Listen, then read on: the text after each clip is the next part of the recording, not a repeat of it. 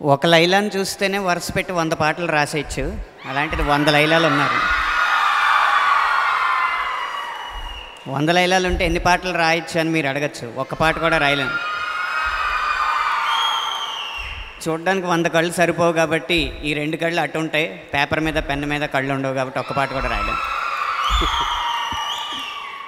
ఇక సరదా విషయాలు అటు ఉంచితే ఈ చిత్రం అన్నపూర్ణ సంస్థ ద్వారా విడుదలవుతుంది.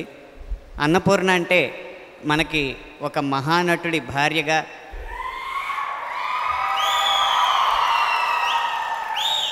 ఒక మన్మధుడి మాతృమూర్తిగా తెలుసు.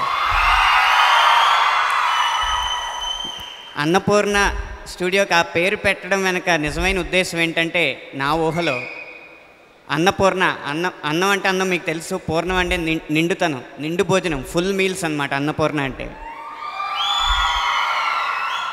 ఆ ఫుల్ మీల్స్ ఎవరికంటే అన్నపూర్ణ స్టూడియోలో పనిచేసే వాచ్మెన్ దగ్గర నుంచి చైర్మన్ వరకు అందరికీ నిండు భోజనం ఉండాలని నాగేశ్వరరావు గారి ఆకాంక్ష.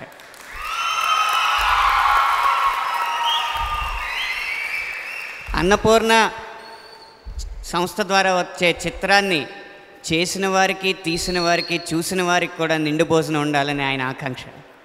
అందుకని ఇప్పటి వరకు అన్నపూర్ణ చిత్రం గురించి విన్నవారు కానీ, కొన్నవారు కానీ, కన్నవారు కానీ ఎవరు ఆకలితో మిగలలేదు. ఇప్పటి వరకు ఆయన అలా పైనుంచి ఆశిస్తూ అందరి పొట్టలు నింపుతున్నారు. అలాంటి చిత్రంలో పాట రాసే అదృష్టం రావడం నిజంగా ఇది పూర్వజన్మ సుకృతం. ముఖ్యంగా ఈ సినిమాలో నేను రాసిన పాట పతాక సన్నివేశంలో, అంటే క్లైమాక్స్లో వచ్చే పాట.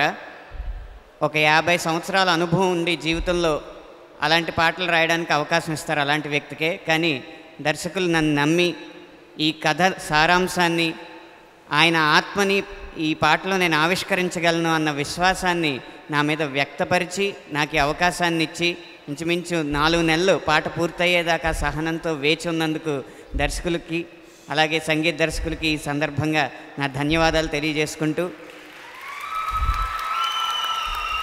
ఒక లైలా కోసం అందరి అంచనాలని మించిన విజయం అందుకోవాలన్న ఆశాభావాన్ని వ్యక్తం చేస్తూ విరమిస్తున్నాను. Thank you so much sir. Thank you. ఏమన్నా అడిగేది ఉందా sir? Thank you very much sir. Thank you sir. Thank you. Okay, thank you very much. ఒక లైలా కోసం